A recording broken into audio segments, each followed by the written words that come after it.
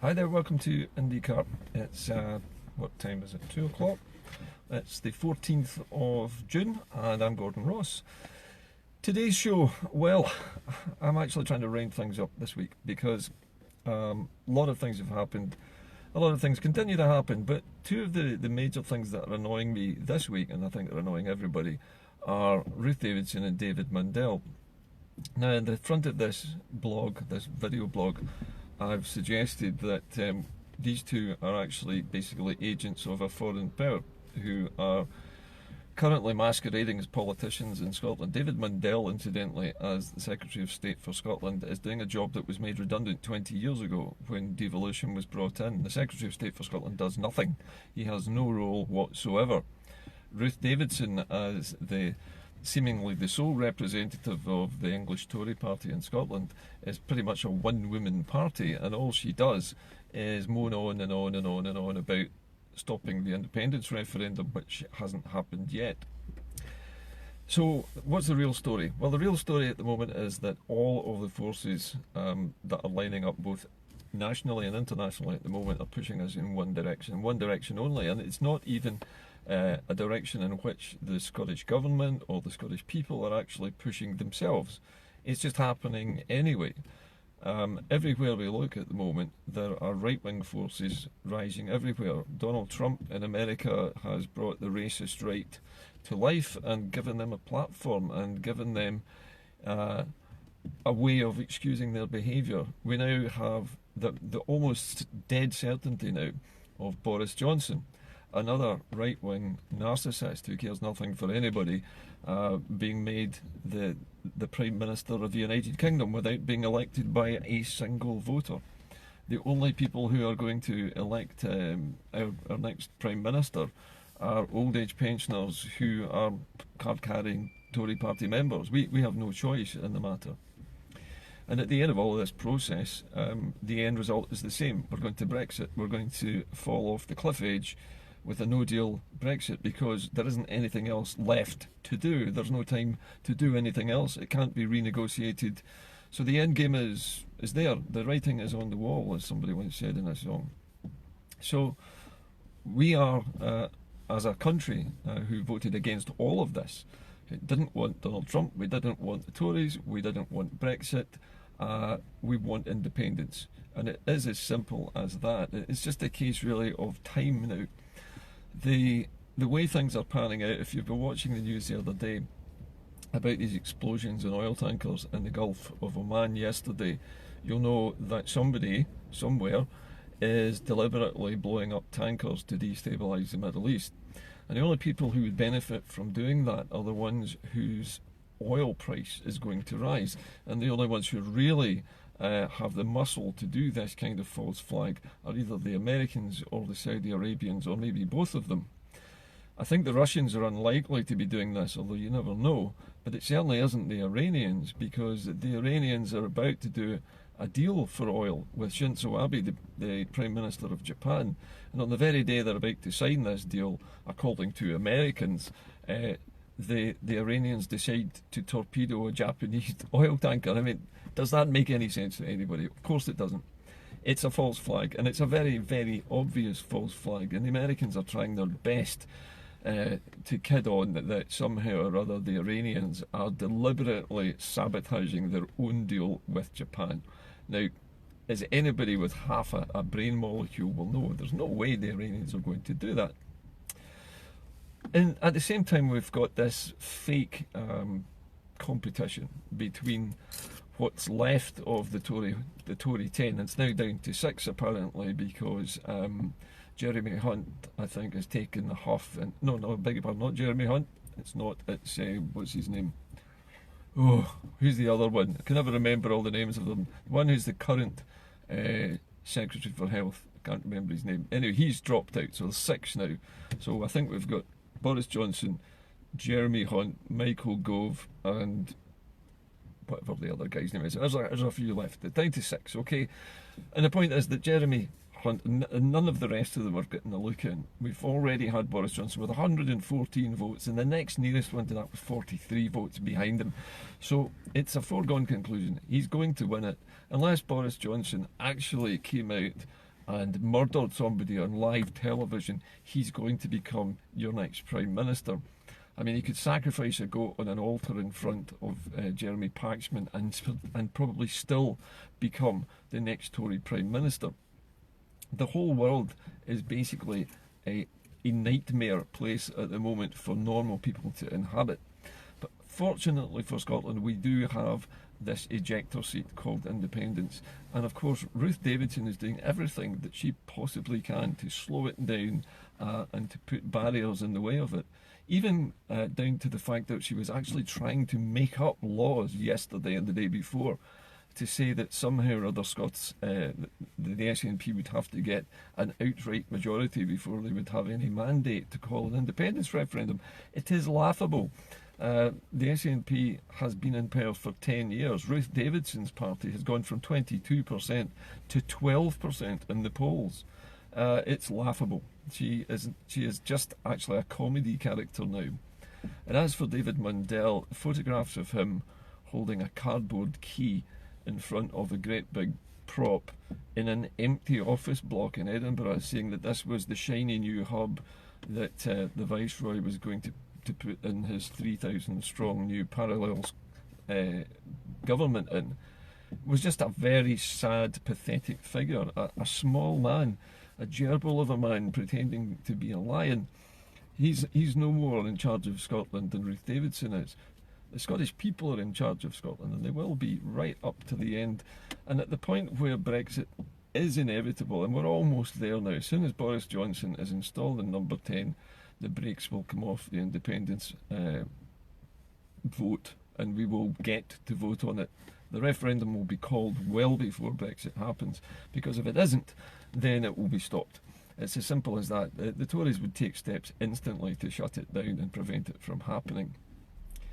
It's we're at the end of the British Empire. We're actually living through the death throes of the United Kingdom.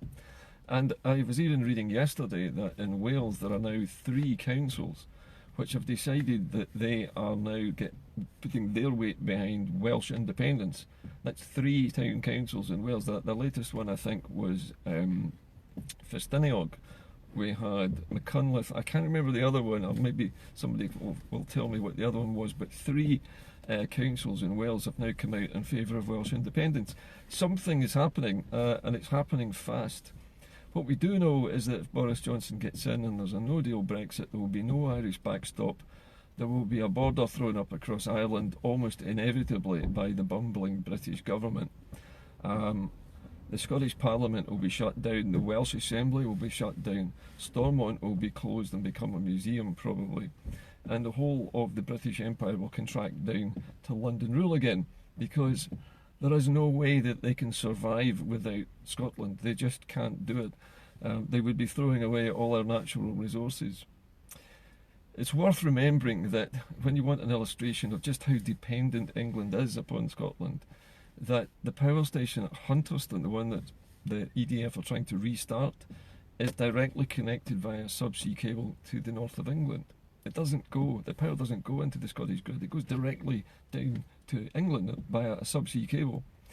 And the fact that that there are also now plans by Peel Ports, an English-owned company which owns the ports in Scotland, to convert Hunterston ore terminal into a natural gas terminal and a natural gas-powered power station at Hunterston. The British government and English interests are working, even in Scotland, to suck the resources out of Scotland and to risk a nuclear explosion at Hunterston just to keep the lights on in the north of England, or to risk further pollution by importing natural gas to Hunterston and burning it on the west coast of Scotland, against all of their promises for carbon emissions. All of these things are being done not to benefit us.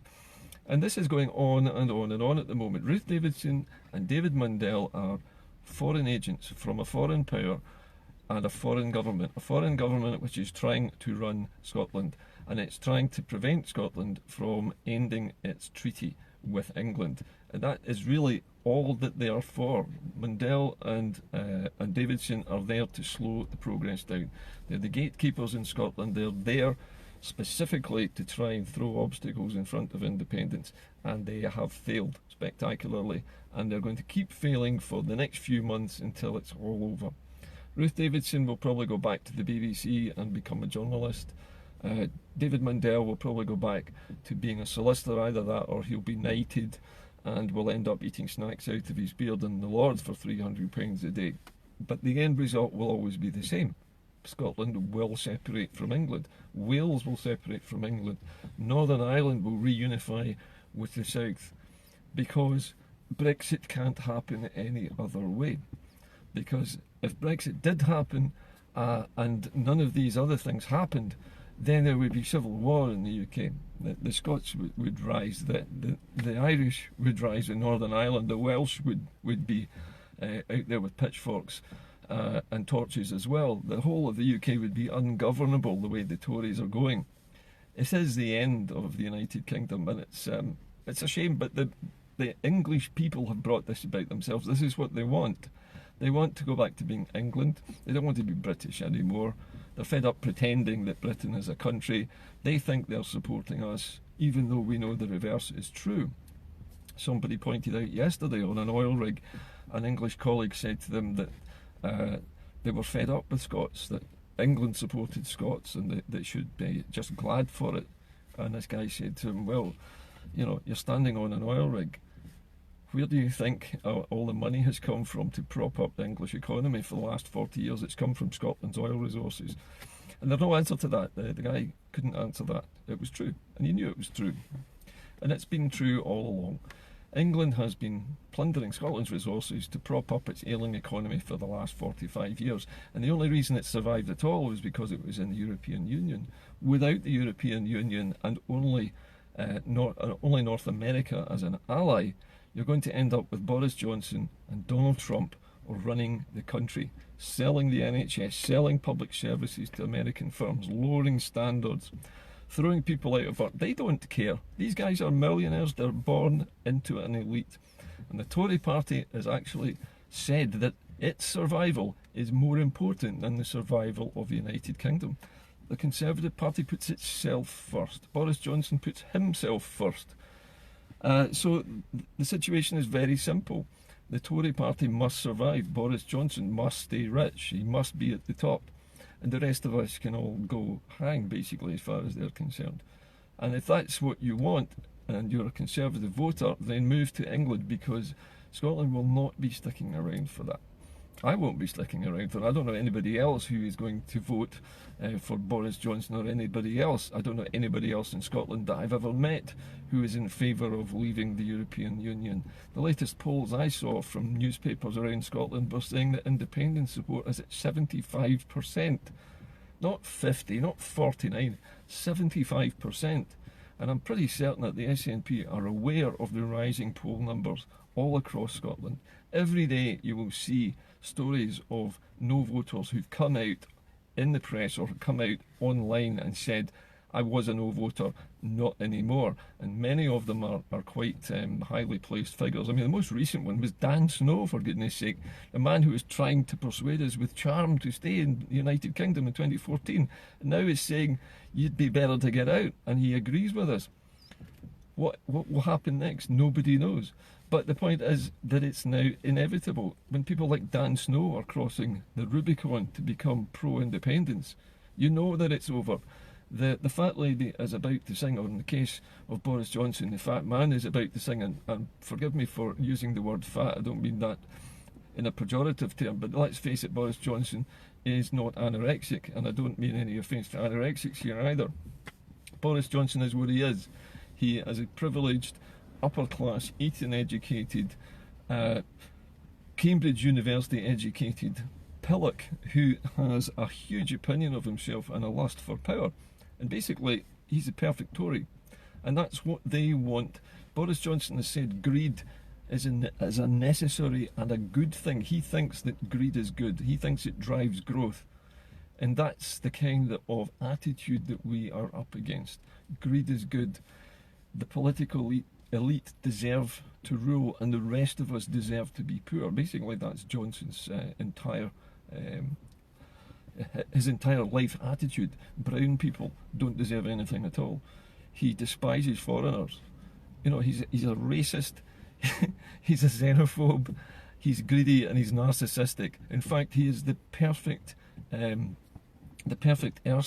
mate for Donald Trump. I mean, if the two men were gay, they could share a flat together. They are that close. The only thing that separates them is the gulf of the English language. But apart from that, the two of them are identical in almost every respect. And the voters that put them there are the racists, the ones who have been simmering racists for years, and now they've elected these men, or they're about to, in Boris Johnson's case, elected these men to their highest offices. They now think that it's okay for them to come out and be racist in public. And this is the danger that we now face. And this is one of the major reasons why I believe Scotland must get out of the United Kingdom before this gets any worse. Right, enough ranting for one day. Have a good weekend, everybody. Looks like the weather might be okay today. Tomorrow looks like going to be a rainy start, but pleasant in the afternoon. But I'll see you all hopefully on Sunday. Have a great weekend. Bye-bye now.